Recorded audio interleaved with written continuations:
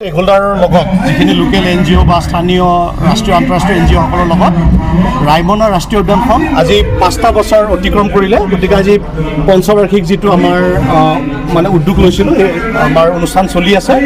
আৰু ৰাইমনা ৰাষ্ট্ৰীয় উদ্যান এই 5 বছৰত যিখিনি আপোনাৰ পৰিৱৰ্তন হৈছে, মানে উল্লেখজনীয় পৰিৱৰ্তন হৈছে। বিশেষকৈ আমি যদি টুৰিষ্টৰ ক্ষেত্ৰত চাওঁ, এতিয়ালৈকে প্ৰায় 100ৰ ওপৰত আন্তঃৰাষ্ট্ৰীয় ভিজিটৰ ইয়ালৈকে আহিছে।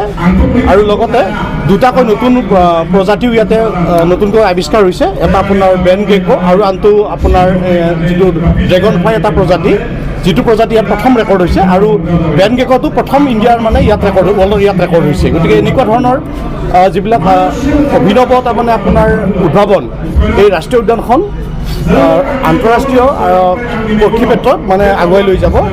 আৰু ইয়াত এটা বস্তু দেখা গৈছে, যেনেকৈ আমাৰ বাঘৰ সংখ্যা, আমাৰ সন্মানীয় ডি অফিচাৰো আছে। আমি বাঘৰ যেতিয়া একেলগে এয়া কৰিছিলে, তেখেতসকলে কাউণ্ট কৰিছিলে, ৰাইমনা ৰাষ্ট্ৰীয় উদ্যান হওঁতে মাত্ৰ 5টা বাঘ আছিল, এটা বাঘ পাইছিলে যেতিয়া হৈছিল মানে 2020-21 চনত।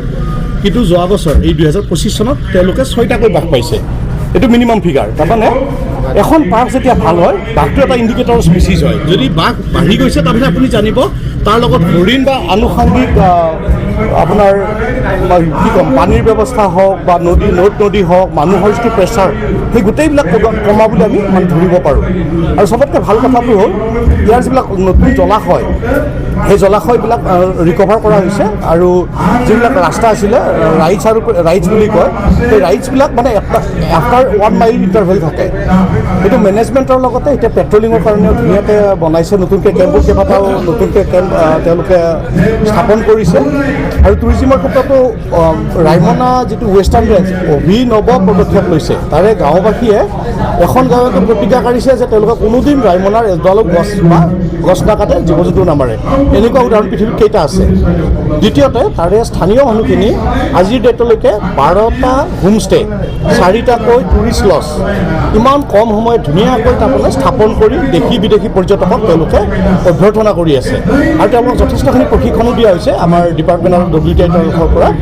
আৰু আমি আশা কৰিছোঁ এইখিনি ঠাইত এটা সময়ত বহুত গড় আছিলে। আৰু লগতে বনৰীয়া যিটো বনৰীয়া মহ আৰু গড়, আৰু লগতে আপোনাৰ স্বাম ডিয়াৰ যিটো দল হৰিণ, সেই প্ৰজাতিবিলাক যদি সময় সাপেক্ষে যদি ৰিইনট্ৰডিউচৰ ব্যৱস্থা কৰে, পুনৰ সংস্থাপন কৰাৰ ব্যৱস্থা কৰে, পৃথিৱীৰ ভিতৰত এই ঠাইখিনি এটা সুন্দৰ মানে আপোনাৰ কি বুলি ক'ম, ডেষ্টিনেশ্যন, টুৰিষ্ট ডেষ্টিনেশ্যন, দেশী বিদেশী পৰ্যটকৰ কাৰণে এটা ধুনীয়া মানে স্থান মানে হ'ব। আৰু য'ত এই যিমানখিনি মানুহ আছে, সেইটো মানুহৰ বসতি বহুত পাতল, গোটেই মানুহবোৰ অকল টুৰিজিম দিয়ে খাব পাৰিব। গতিকে তেনেকুৱা এটা সম্ভাৱনা থকা ঠাই ৰাইমনা ৰাষ্ট্ৰীয় উদ্যান। আজি ভাল লাগিছে, প্ৰায় 500মান মানুহ গোটেই গাঁৱৰ আপোনাৰ স্থানীয় গাঁওবোৰৰ মানুহবিলাক আহিছে, শিক্ষা ডেভেলপমেণ্ট কমিটিৰ মানুহবিলাক আছে, লোকেল NGO-বিলাক আছে, আৰু আপোনাৰ ডিপাৰ্টমেণ্ট, লোকেল MLA, মানে ভাল লাগিছে যে সকলোৱে ৰাইমনাক নিজৰ বুলি লৈছে আৰু সকলোৱে ইয়াত অংশগ্ৰহণ কৰিছে।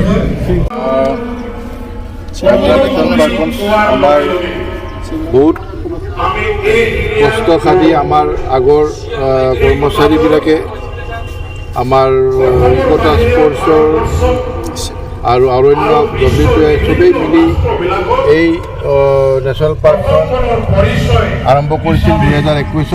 আজি 5 বছৰ জন্মদিন হ'ল। আৰু আমি এই নেশ্যনেল পাৰ্কখন গঢ়োতে যিদৰে আমাৰ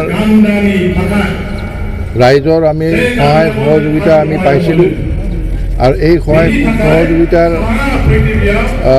কাৰণেই আজি ৰাইমনা নেশ্যনেল পাৰ্কখন জনাজাত হৈছে, আমাৰ দেশত জনাজাত হৈছে, বিশ্বত জনাজাত হৈছে। সেই অনুযায়ী আমি গোটেই আমাৰ ৰাইজৰ EDC কমিটিবিলাকৰ, WTI, অৰণ্য, SSB আৰু আমাৰ যিবিলাক আদাৰ ষ্টেক হোল্ডাৰ আছে, চবৰে আমি সহায় সহযোগিতা বিচাৰিছোঁ যাতে আমি ৰাইমনা নেশ্যনেল পাৰ্কখন আৰু আমি আগুৱাই লৈ যাব পাৰোঁ। ভৱিষ্যতে আকৌ জীৱ জন্তু অনাৰ ভৱিষ্যতে আমি কথাটো আমি আলোচনা কৰিছোঁ। জীৱ জন্তু এটা অনাটো ডাঙৰ কথা নহয়, কিন্তু জীৱ জন্তুৰ এই যিটো পাৰ্টিকুলাৰ আমি জীৱ জন্তু আনিম, সেই পাৰ্টিকুলাৰ জীৱ জন্তুটো ইয়াতে এডজাষ্ট হ'ব পাৰিব, খোৱা খাদ্য পাব নাপাব, সেইবিলাক বহুত বস্তু কনচিডাৰ কৰাৰ পিছত অনা যাব। আৰু যদি আমি সেনেকুৱা চিন্তা কৰোঁ, তেতিয়াহ'লে ভৱিষ্যতে আমি ধৰক যিটো কথা আজি মিটিঙতো কোৱা হৈছে যদি সেনেকুৱা হয় তেতিয়াহ'লে আমি ভৱিষ্যতে জীৱ জন্তু ধৰক এই ৱাইল্ড বাফেলো বা এনেকুৱা ধৰণৰ কিছুমান জীৱ জন্তু আমি ইয়াতে ইণ্ট্ৰডিউচ কৰিব চেষ্টা কৰিম।